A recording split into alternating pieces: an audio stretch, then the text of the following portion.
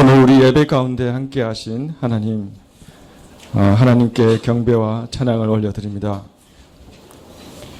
두세 사람이 내 이름으로 모인 곳에는 나도 그들 중에 있으니라 말씀하신 하나님, 오늘 이 시간 우리 모두가 우리에 있는 모습 그대로 하나님 앞으로 함께 나아갑니다.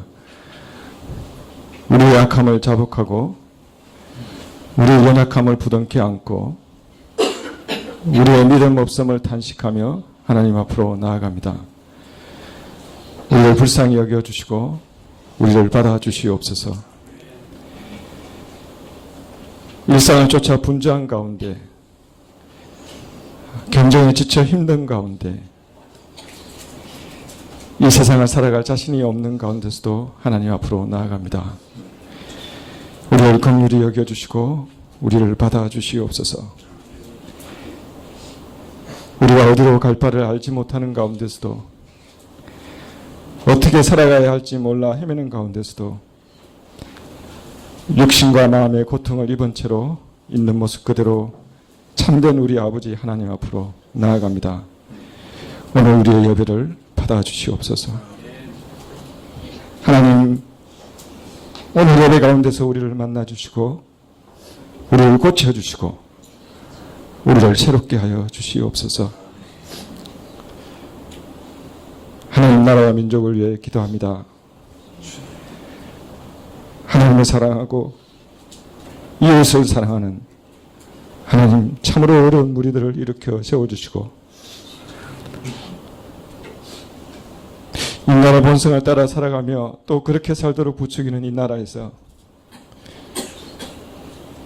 참으로 하나님 앞에 서며 하나님을 향하여 서고 하나님을 위하여 선 하나님의 빛을 바라는 하나님의 백성들을 곳곳에서 일으켜 세워주시옵소서. 그들을 인하여 주는 그리스도시요 살아계신 하나님의 아들이심을 더욱 높이며 참으로 하나님의 하나님 되심이 더욱 높아지게 하여 주시옵소서. 하나님, 교회를 위하여 기도합니다. 교회가 이 시대에 말씀을 공급하며 앞으로 나아갈 바를 펼쳐 보이는 참으로 거룩한 일들을 감당할 수 있도록 도와주시옵소서. 다툼과 방황하는 나라와 민족과 백성들에게 참으로 빛이 되게 하여 주시옵소서. 하나님, 교회가 어려운 시대를 살아가는 우리와 이웃들에게 참된 피난처와 안식처가 되게 하여 주시기를 참으로 구합니다. 소망이 없이 살아가는 자들에게 참된 소망과 영원한 소망을 발견하는 거룩한 곳이 되게 하여 주시기를 구합니다. 하나님, 이 민족교회가 그리고 우리 성가교회가 이 일에 귀하게 쓰임받는 일이 있게 하여 주시옵소서. 하나님, 우리에게 주신 것 중에 극히 일부를 하나님께 다시 돌려드립니다. 우리의 인생과 이 귀한 헌금을 허망하여 주시기를 하나님께 구합니다. 오늘 우리에게 말씀 주시기를 구하고 우리의 참된 구원자가 되어주신 예수 그리스도 이름으로 기도합니다. 아멘.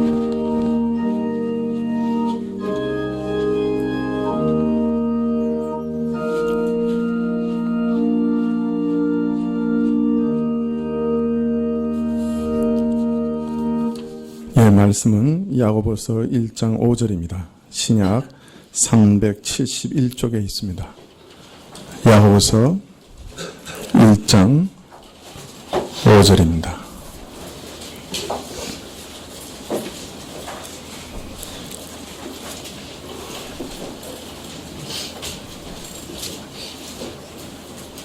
네, 야고보서 1장 5절 찾으신 줄 알고 봉독해 드리겠습니다. 너희 중에 누구든지 지혜가 부족하거든 모든 사람에게 후히 주시고 꾸짖지 아니하시는 하나님께 구하라. 그리하면 주시리라. 아멘.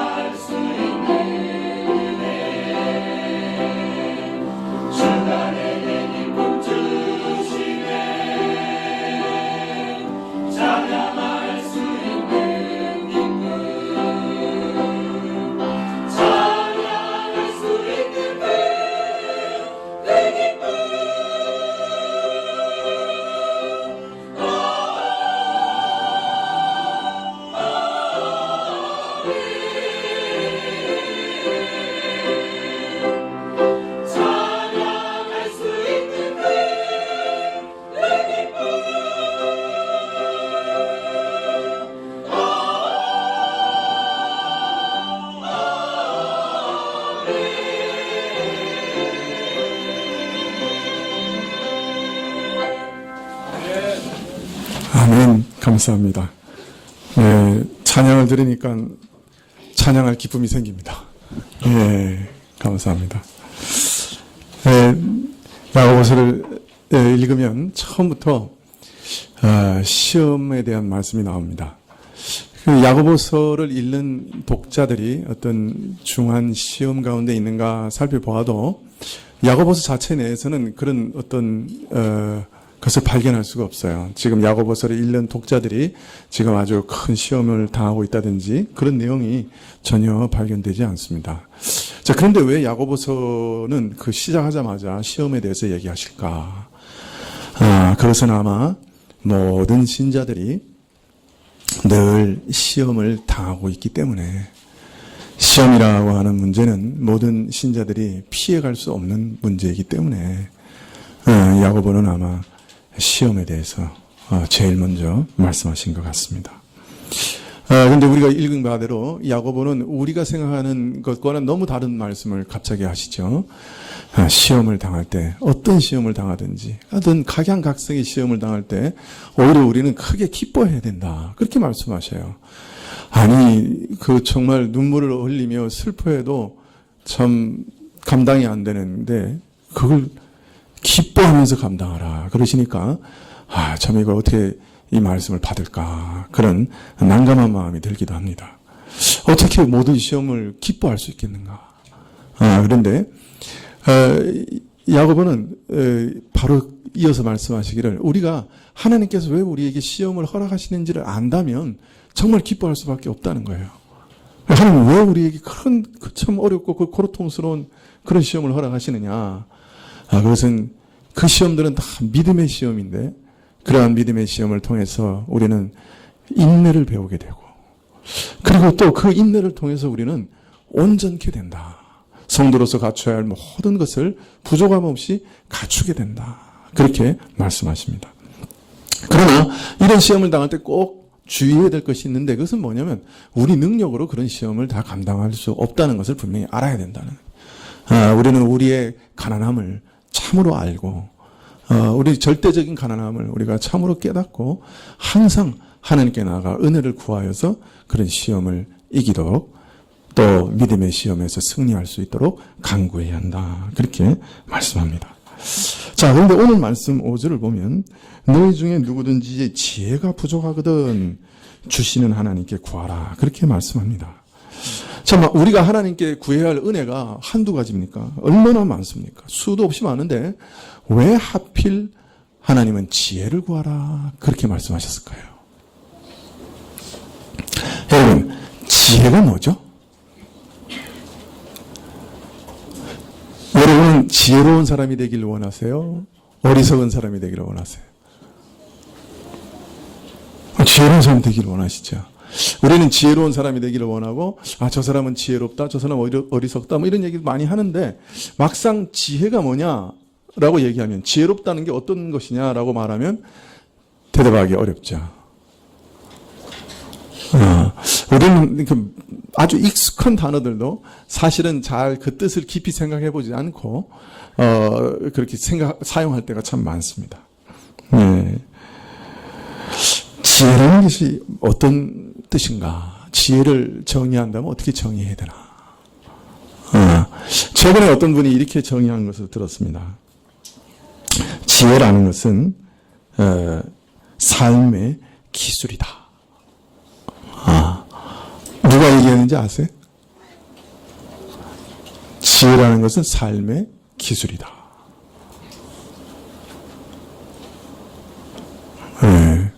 에릭 프롬인가요?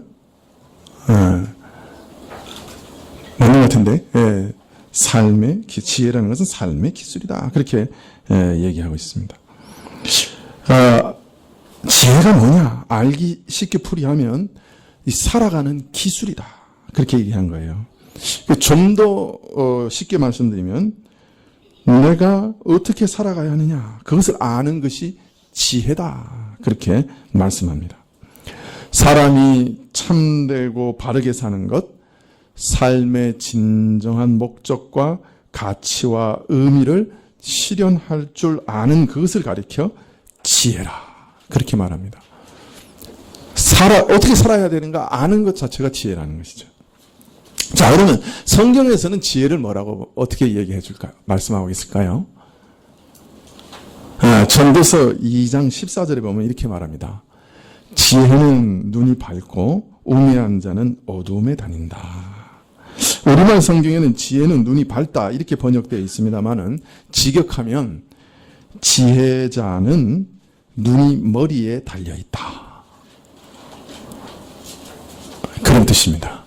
또 이걸 읽으면서 이마박이 머리 달린 괴물을 생각하면 그 사람은 좀 이상한 거예요. 네. 자, 지혜자는 어떤 사람이냐? 어디에 눈이 달렸어요? 네? 머리에 눈이 달렸다. 그 말은 무슨 뜻일까요? 지혜자는 머릿속에 눈이 있는 것과 같다. 그게 무슨 뜻이에요? 여러분, 우리 육신에서도 이 눈이라고 하는 것은 어떤 기능을 합니까? 무엇을 훤히 보게 하죠. 앞에 있는 것을 보게 하고, 또 내가 어디로 가야 되는가 목적지를 알게 하고, 그죠? 이 눈이라고 하는 것만큼 중요한 건 없을 거예요. 그런데 이 지혜라고 하는 것은 마치 우리 눈 같은 것이 사람의 머릿속에 있는 것과 같다. 즉, 사람의 머릿속에 훤히 앞을 내다보고 형편과 사정을 다 살피고 헤아릴 수 있고, 그래서 그 사람이 어디로 가야 되는가 길을 발견할 수 있는 그런 기능이 있는 것과 같다. 그래서 마치 우리 육신에 눈이 있다고 하면 우리 마음에는 뭐가 있어야 된다고요? 지혜가 있어야 한다. 그렇게 말씀하시는 거예요. 그래서 지혜가 없는 우매자는 어디를 헤매는 것 같다고요? 어둠을 헤매는 것과 같다. 전도서 2장 14절에 나오는 말씀이에요. 지혜로운 자는 마치 밝은 빛 가운데서 모든 것을 다 보고 안전하게 걸어가는 것과 달리 우매자는 캄캄한 밤길을 헤매는 것 같이 위험하게 다닌다. 자, 그래서 저는 우리 교회 그 청소년들, 특히 아이들을 위해서 기도할 때마다 항상 뭘 위해서 기도하냐면 지혜를 위해서 기도합니다. 지혜를 주시도록. 아이들에게 참으로 지혜를 주시도록 기도합니다. 우리 어머님들, 부모님들 늘 아이들을 위해서 기도할 때 지혜를 위해서 기도하세요. 지혜를 달라고. 지혜가 있는 것은 머리에 뭐가 있는 것 같다? 눈을 달고 있는 것과 같다. 그렇게 말씀을 합니다. 자, 그런데 우리가 시험에 빠졌을 때 왜 지혜를 구하라 그러시죠? 여러분, 우리가 시험을 딱 당하면 첫 번째 느낌이 뭡니까? 네? 앞이 캄캄해요. 안 당해보셨는데 왜 시험을 안 당해보신 것 같아요. 시험을 당하면요 앞이 캄캄해요. 그리고 사면이 다 막힌 것 같아요. 사면 초가라 그런 말이 있죠. 그냥 앞이 캄캄해요. 시험을 당하면. 그러니까 다른 말로 하면 어두움 가운데 다니는 사람 같아요. 시험을 당하면 도대체 이거를 어떻게 해결해야 될지 모르겠어요. 해결할 길을 알 수가 없어요. 해결할 길만 알면 그 시험 아니죠. 무슨 일이 일어나고 있는지 그것도 잘 파악이 안 되고 해결할 길은 더더욱 잘 안 돼요. 그래서 지혜가 필요합니다. 에어컨 조금 낮춰주세요. 더운 것 같아요. 덥죠?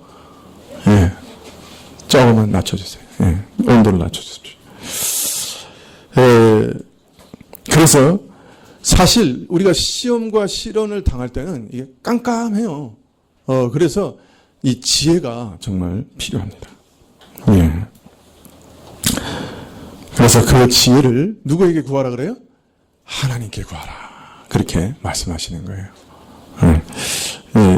저희 아버님 말씀을 드려서 죄송합니다만은 저희 아버님이 옛날에 이제 회사를 경영하셨어요. 근데 그때는요, 정말 운영 자금이 없어서 회사를 이렇게 경영하기가 정말 어려운 때였습니다. 은행에서 이게 돈을 빌리는 게 뭐 지금도 어렵겠지만 그때는 담보가 있어도 하늘에서 별 따기만큼 어려웠어요. 그래서 그때는 은행에서 돈을 빌릴 수만 있으면 다 그 회사가 성장하던 때예요. 지금은 은행에서 막 돈 빌려가십시오 막 그런다며요.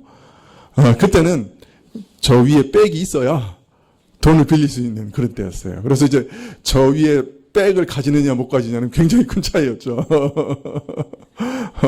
우리 아버님은 그 경영하실 때 주로 사채시장에다가 이제 돈을 끌어다 쓰셨는데요. 이제 먼저 이제 돈이 없으면 이제 어음을 발행합니다. 이게 어음을 발행하면 사채시장에서 현금으로 바꾸거든요. 근데 3개월짜리 뭐 6개월짜리 이렇게 어음을 현금으로 바꾸면 그때 이자를 아마 어마어마하게 뗐어요. 제 기억으로는 아마 정확한지는 모르겠지만 100만 원짜리 어음을 발견하면 현금으로 한 70만 원, 80만 원도 못 받았던 것 같아요. 3개월, 6개월짜리가 막 그 어음을 발행하면 그렇게 이제 받는 거예요. 70만 원, 80만 원, 100만 원짜리를 끊으면.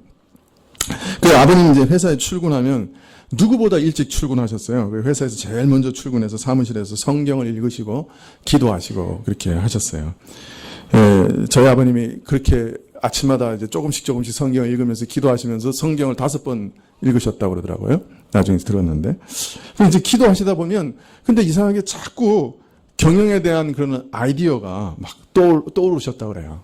그래서 이거 참 처음에는 이거 왜 자꾸 이렇게 성경을 읽고 기도하는데 이게 자꾸 회사 경영에 대한 아이디어가 떠오르는가, 이건 그 뭐라 그럽니까, 기도를 방해하는 거다 이렇게 생각해서 막 이렇게 처음에는 막 거절하셨대요. 그런데 나중에는 이게 하나님이 주시는 지혜일 수도 있다. 그래서 조그만 노트를 가지고 계시다가 이제 성경 읽고 기도하시다가 이렇게 아이디어가 떠오르시면 그렇게 적고 그러셨대요. 근데 어느 날 이렇게 기도하시다가 회사 운영 자금을 마련할 수 있는 그 지혜가 떠오르셨다 그래요.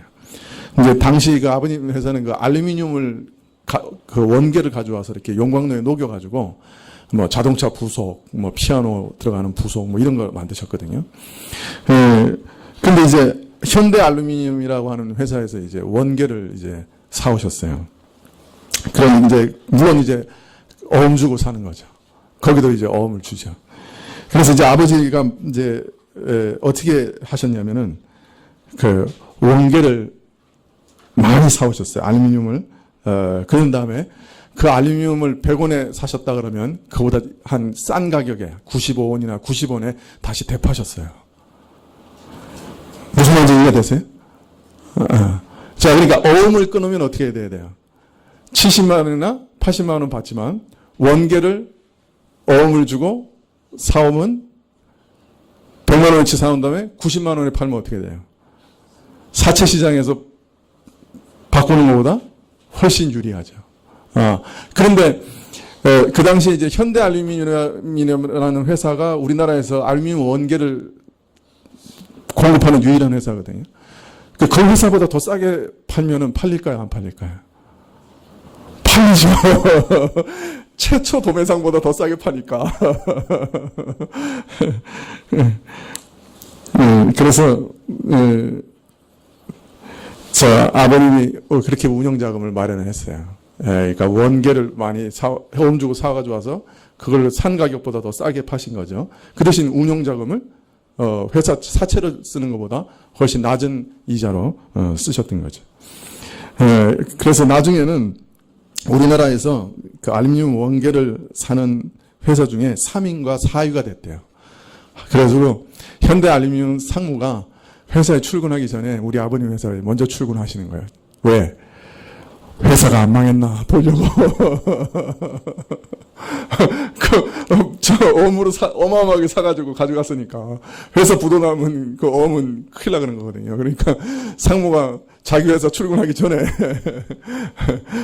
안산까지 와서 회사가 잘 있는가 보고 자기 회사에 출근했대요.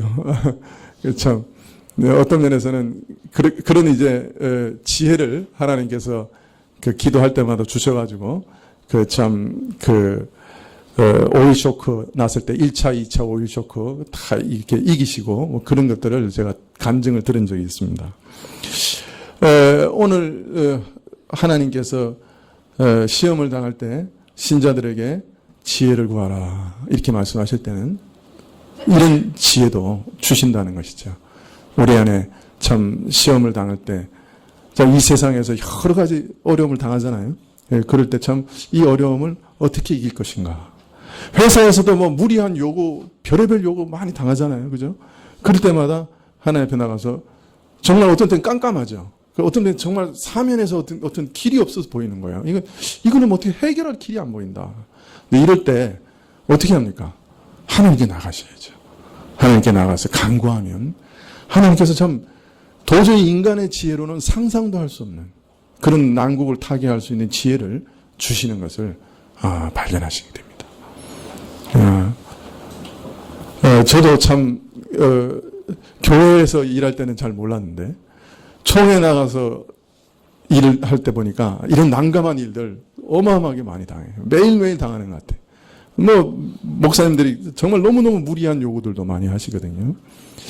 그럴 때도 참 기이한 것은 하나님께 나가서 지혜를 구하면 어떤 때는 상상도 할 수 없었던 그런 지혜를 주셔요. 그래서 이건 이렇게 해결하면 되겠다. 이거는 이런 방식으로 해결하면 되겠다. 뭐 그런 것들을 그냥 이렇게 주시는 거죠. 보통 제가 하는 일이 싸우는 사람들 말리는 일인데요. 이쪽에서는 이게 옳다 그러고 저쪽에서는 저게 옳다 그러고 그런데 이게 목사님들이 보통 고집이 세신 게 아니에요. 왜 다 양심범들 아니에요. 하나님 앞에서 내가 이거 옳다고 생각하시는 거 그리고 막 주장하시니까 이게 오히려 화해가 더 잘 안 돼요. 그때 정말 기도하게 돼요. 그러면 두 쪽에서 다 이렇게 만족할 만한 그 어떤 합의점을 이렇게 만들어냅니다. 그렇게 해서 이제 화해를 시키고, 그런, 그 어떤 면에서는 기적이죠. 그런 어떤 지혜를 하나님이 주시는 것을 발견합니다.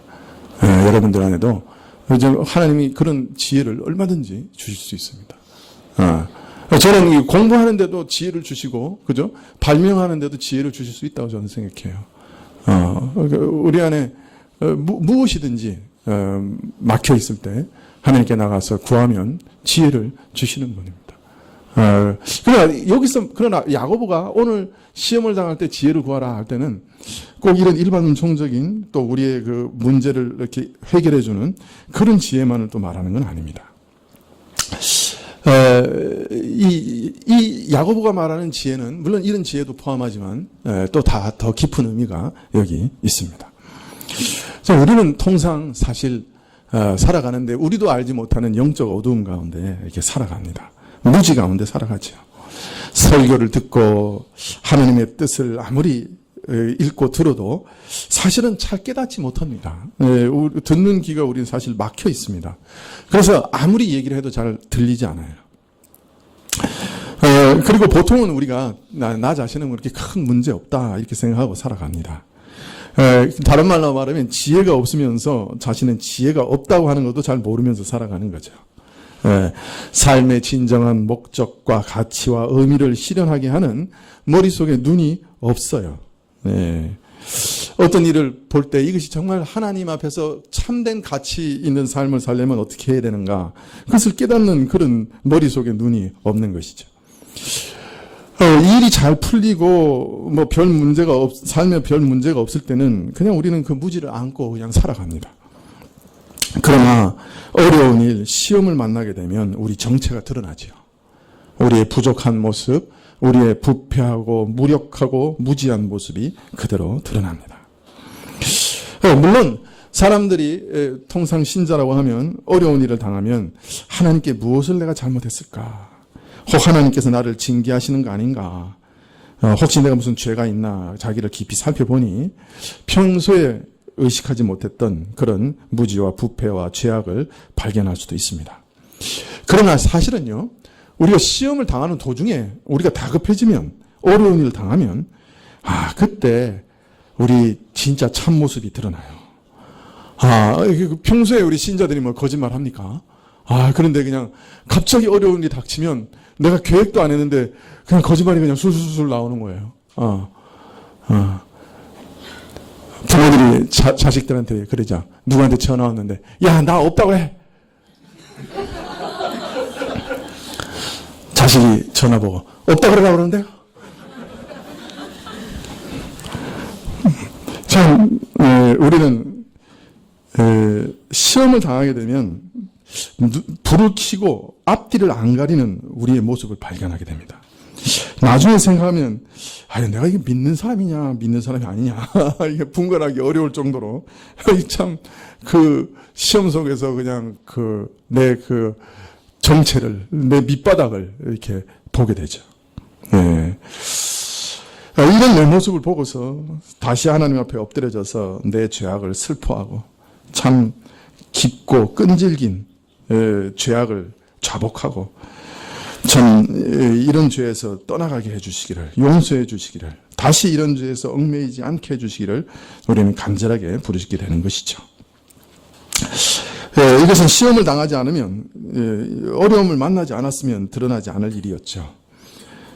나도 모범적으로 신앙생활을 하는가 보다 이렇게 생각하고 살다가 그런 사람에게 하나님께서 어려움을 당하게 하시면 우리 성품 깊은 곳에 숨겨져 있던 그 악함이 드러나게 됩니다.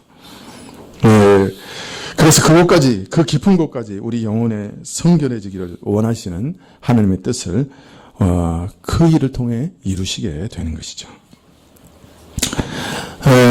우리가 그래서 그런 시험에서 이렇게 넘어진 다음에 우리를 보면 뭘 깨닫게 됩니까? 나는 왜 이렇게 바보냐?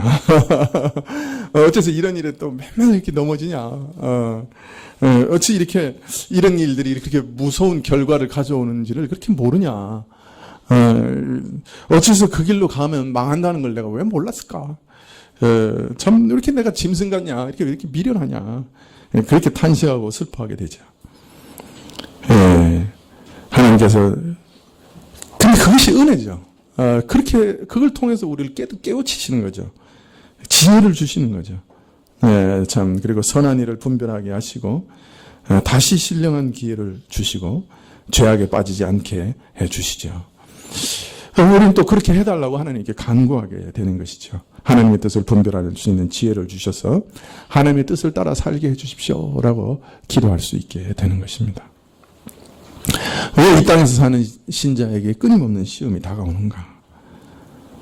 하나님께서는 이런 일을 통해서 우리에게 이런 지혜를 주시기 위해서입니다. 우리가 악하고 허탄하고 험악한 것을 쫓아 사는 우리의 모습을 보지 못할 때가 참 많습니다. 시험은 바로 내가 어떤 실상을 가지고 있는 자인지, 내 자신의 본질을 드러내는 한 도구입니다. 내 처지를 깨닫게 하십니다. 야고보서는 바로 이런 시험 가운데서 이런 내 무지와 내 처지와 내 밑바닥을 보게 하실 때 그걸 바로 깨닫는 지혜를 구하라는 거예요. 아, 내가 이런 사람이구나. 그걸 깨달으라고 하시는 거예요. 평소에는 몰랐던 나 자신의 모습을 깨달아 알라는 것이. 또 이런 시험 가운데 지혜를 구하라고 하시는 말씀은 내가 믿는 하나님을 이런 시험 가운데 새롭게 만나서 하나님의 능력과 긍휼과 사랑을 새롭게 알아가는 그런 지혜를 구하라는 그런 뜻입니다. 여러분, 우리가 학교에서 배운 지식을 실제 사회 속에서 하나하나 확인하고 터득해 가는 것이 참 필요하지요. 그래서 아무리 학교에서 뛰어난 성적을 받은 학생이라도 회사 가면 다 그렇게 얘기합니다. 야, 너는 아무것도 몰라. 그러니까 선배한테 잘 배워. 그런 얘기 듣죠. 대학 나와가지고 막 열심히 공부해서 회사 들어갔는데 2년 동안 시키는 게 복사야. 그럼 이제 속에서 막 화나는 거죠. 내가 이런 거 하려고 그냥 전공 그렇게 공부했나? 막 이러면서 막 이런 게 올라오죠.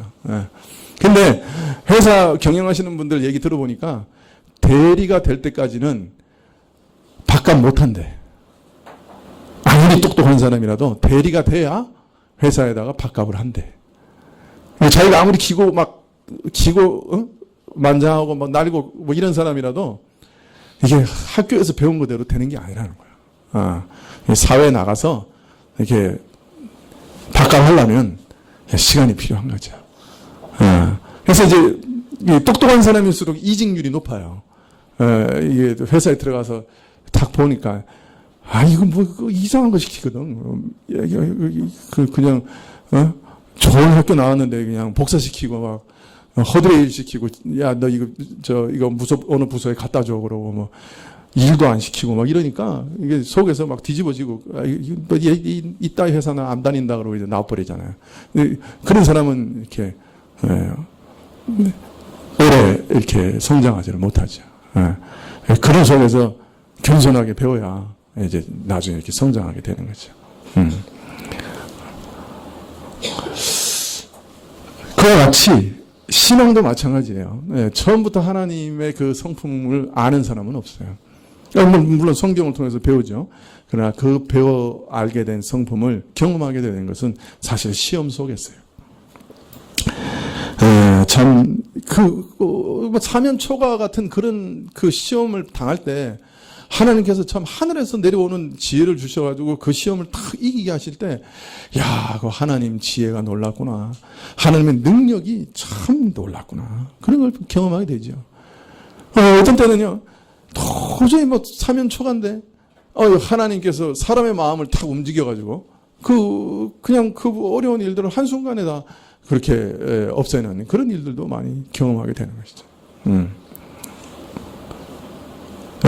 그 아버지 회사 일 자꾸 얘기해서 미안합니다만, 제가 하나 기억나는 게 중학교 때 이제 중1인가 2학년 때인가 이렇게 나오는데 집에서 이제 그러시는 거야. 오늘은 틀림없이 부도난다.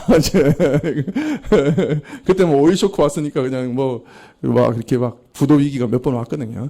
오늘은 틀림없이 이제 부도가 난다는 거예요. 한 3천만 원 누구한테 갚아줘야 되는데 갚아줄 길이 없다는 거예요. 아무리 노력해도 오늘은 이제 부도가 난다. 이제 부도 나면 이제 다 끝나는 거죠. 아버지는 감옥 가고, 그때는 이제 부도 나면 이제 감옥 가는 거거든요. 예, 감옥 가고 이제 우리는 이제 다 이제 맨몸으로 나와야 되는 거 알죠. 그래서 중학교 이제 학교 가가지고 이제 공부를 하는데 자꾸 그 생각이 나는 거예요. 그래서 이제 기도하고 이제 제가 열심히 기도 안 했는데 꼭 그런 때만 기도했어요. 예, 그래가지고 이게 부도만 안 나게 해주지 마십시오. 이러면서 이제 근데 이제 그때 우리가 이제 이게 단독주택에 살았는데 철문을 열고 들어가려고 그러는데 이거 무슨 소리가 들릴까 겁이 나가지고 이거 열지를 못하겠는 거예요. 그날 이제 그리고 이제 철문을 열고 이제 들어갔어요. 그랬더니 이제 집안 분위기가 괜찮아. 부도난 분위기는 아니야. 그래서 물어봤죠. 그럼 어떻게 됐냐 그랬더니 그 3천만 원 받을 사람이 이상하게 꼭 달라 그러더니 마음이 싹 바뀌어가지고 필요 없다 그러면서 1,000만 원 더 빌려줬다는 거예요. 이게 참 하나님이 어떻게 방법이 없는데 어떤 때는 그 사람의 마음까지 이렇게 바꾸셔가지고 이제 그런 일들을 하는 것들을 이제 보여주시죠. 그러면서 이제 배우는 거죠. 야, 하나님은 전능하시구나. 사람 마음도 바꾸시는 분이구나. 능력이 있으신 분이구나. 그걸 전능하신 하나님하고 성경에서 배운 것이 아니라 그것을 그죠? 이 시험과 어려움 속에서 어떻게 되는 거예요? 배우는 거예요. 이게 전능하신 하나님이구나.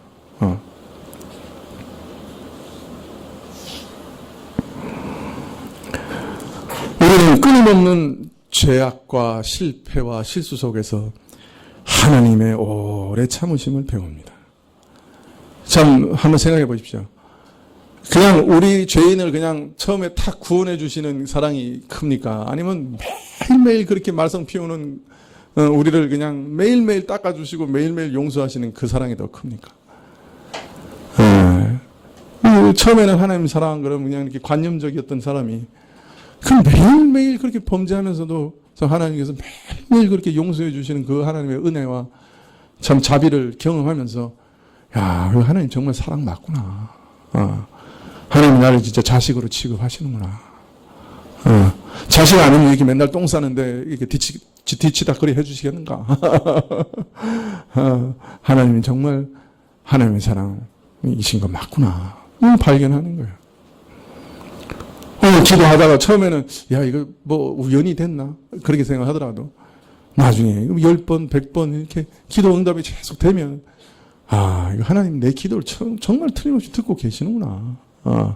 내 기도를 하나님 정말 들으시는 하나님이시구나. 그걸 발견하는 거예요. 하나님의 자비와 사랑과 긍휼과 참 그런 일들 속에서 하나님의 성품을 하나하나 배워나가는 거예요. 내가 참 험악한 일을 당해서 이렇게 처박히고 실패했는데도 불구하고 하나님은 나를 정녕 버리지 않으시는구나. 하나님 정말 은혜로우시고 자비로우신 분이시구나. 말로만 듣고 지식으로만 알았던 것이 실제로 와닿으면서 하나하나 경험하게 되는 것입니다. 이런 경험들이 하나 둘 쌓이면서 환난과 은혜의 체험이 직접되면서 우리의 믿음은 더욱 견고해지고 어떤 환난에 처하더라도 하나님께서 능히 나를 구하실 수 있으며 반드시 구하시리라 하는 것을 확신하게 되는 것이죠. 그래서 바울 사도는 뭐라 그랬어요?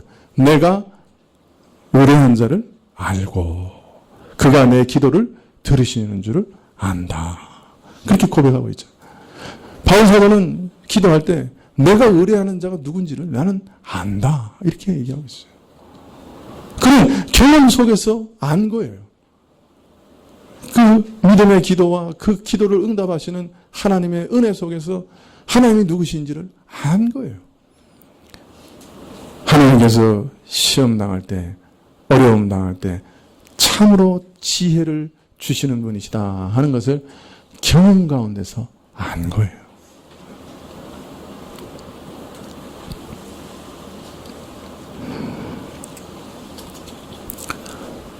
하나님께서 또한 이러한 시련과 시험 속에서 주의 율례를 깨닫고 주의 법도를 깨닫는 지혜를 주십니다.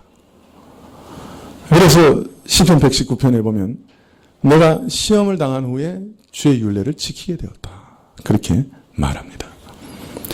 아, 이것이 하나님의 방법이 아니구나. 이렇게 하면 망하는 거구나. 이것이 하나님의 원리구나. 이것이 하나님의 방도구나. 이것이 하나님의 뜻이구나 하는 것을 또 깨닫는 거예요. 그런 지혜를 주시는 겁니다. 궁극적으로는 이 모든 일을 통해서 여호와를 경외하는 것을 가르치십니다. 여호와를 경외하는 것이 지혜의 근본이라 그러셨어요. 무엇보다도 하나님을 두려워하고 거룩을 사모하며 하나님 경외하는, 하나님을 높이고 영광 돌려드리는 그런 지혜를 얻게 됩니다. 그래서 우리가 온전케 되는 것이에요. 여러분, 시험을 당할 때 지혜를 구하십시오. 그 시험을 이길 하나님의 지혜를 구하십시오. 그 가운데서 우리의 무지와 무능과 부패를 발견케 하시는 하나님의 지혜를 구하십시오. 그 시험 가운데 자신을 드러내시는 전능하시고 자비로우시고 오래 참으시고 용서하시고 사랑 많으신 하나님을 아는 지혜를 구하십시오.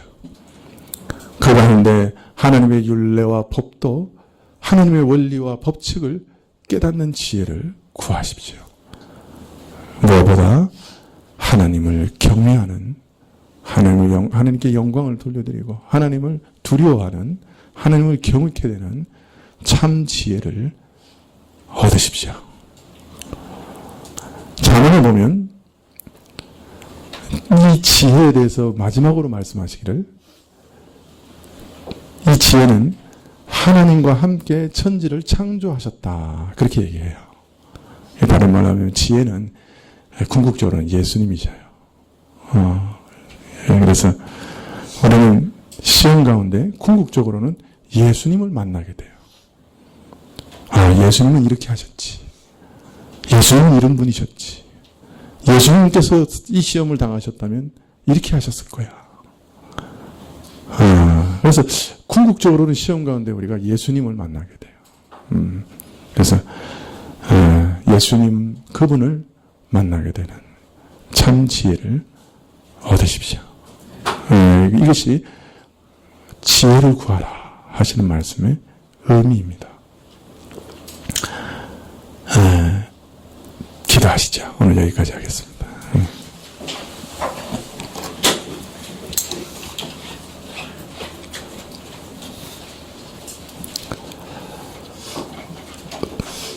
아버지 하나님, 하나님은 지혜의 하나님이시라. 어떤 때는 아무리 어려운 환난이라도 우리 마음속의 자세 하나, 생각 하나만 바꾸셔서 우리가 능히 그 시험을 이기게 하시는 분이심을 저희가 많이 경험합니다. 저희가 바라보던 일들, 저희가 원하던 일들, 저희의 사고방식, 저희 세계관 중에 잘못된 것을 들춰내시고 저희 생각 하나만 탁 바꾸어 주시면 지금까지 우리를 그토록 괴롭혔던 시험이 온전히 물러가고 완전히 해결되고 참 평강이 넘치게 되는 그런 일들을 많이 경험합니다. 생각을 바꾸어 주시는 그 지혜, 우리의 환경을 바꾸게 하시는 능력 있는 지혜, 우리 자신을 발견하게 하는 지혜, 하나님이 누구신지를 알게 하시는 지혜, 하나님의 원리를 깨닫고 궁극적으로는 예수님이 누구신지를 알게 하시는 그 지혜를 환난 가운데서 얻게 하여 주시옵소서. 구하면 주시겠다고, 반드시 주시겠다고 약속하셨으니 믿음을 갖고 확신을 갖고 구하게 하여 주시옵소서. 어떤 어려움이 있더라도 하나님께 나아가 간구하면서 지혜를 주시도록 끈질기게 기도하는 저희가 되게 하여 주시옵소서. 예수님의 이름으로 기도합니다. 아멘. 네. 415장 찬송하시겠습니다.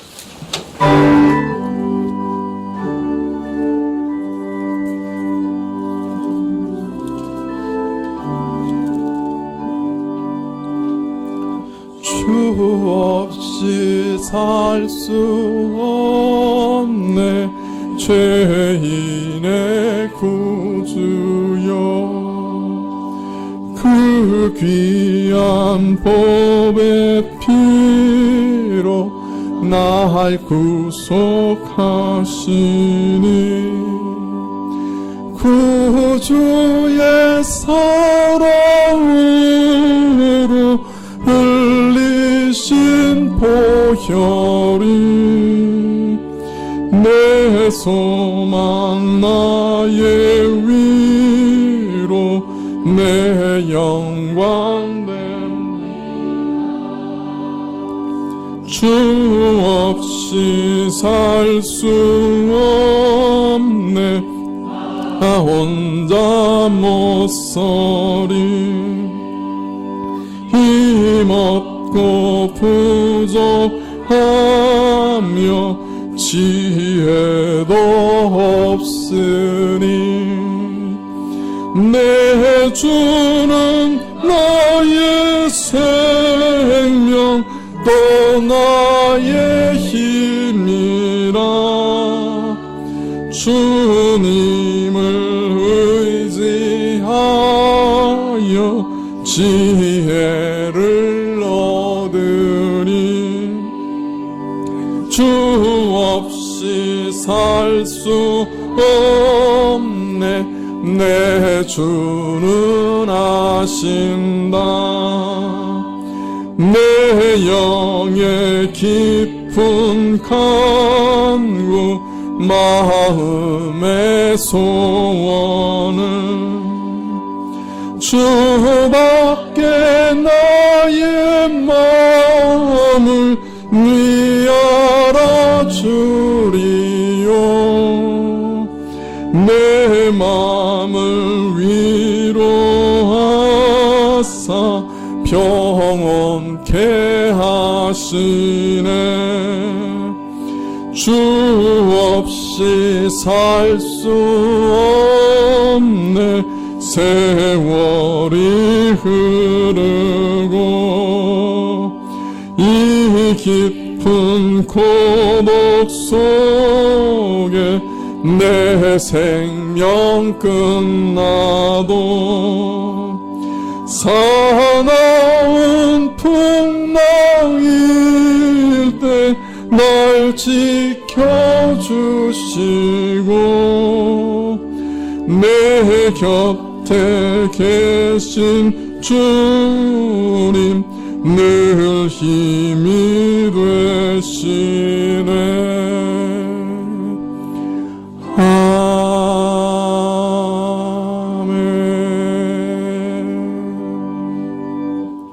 아멘. 네, 기도하시겠습니다. 지금 우리 주 예수 그리스도의 무한하신 은혜와 하나님 아버지의 그 크신 사랑과 이 은혜와 사랑을 깨닫게 하시고 누리게 하시는 성령님의 교통하시고 역사하심이 부족한 것을 깨닫고 주님께 나아가 지혜를 구하며 그 지혜 가운데 하나님의 뜻을 발견하며 주를 섬기기를 원하여 머리 숙인 주의 백성들을 위해 지금부터 영원까지 함께 계실지어다. 아멘.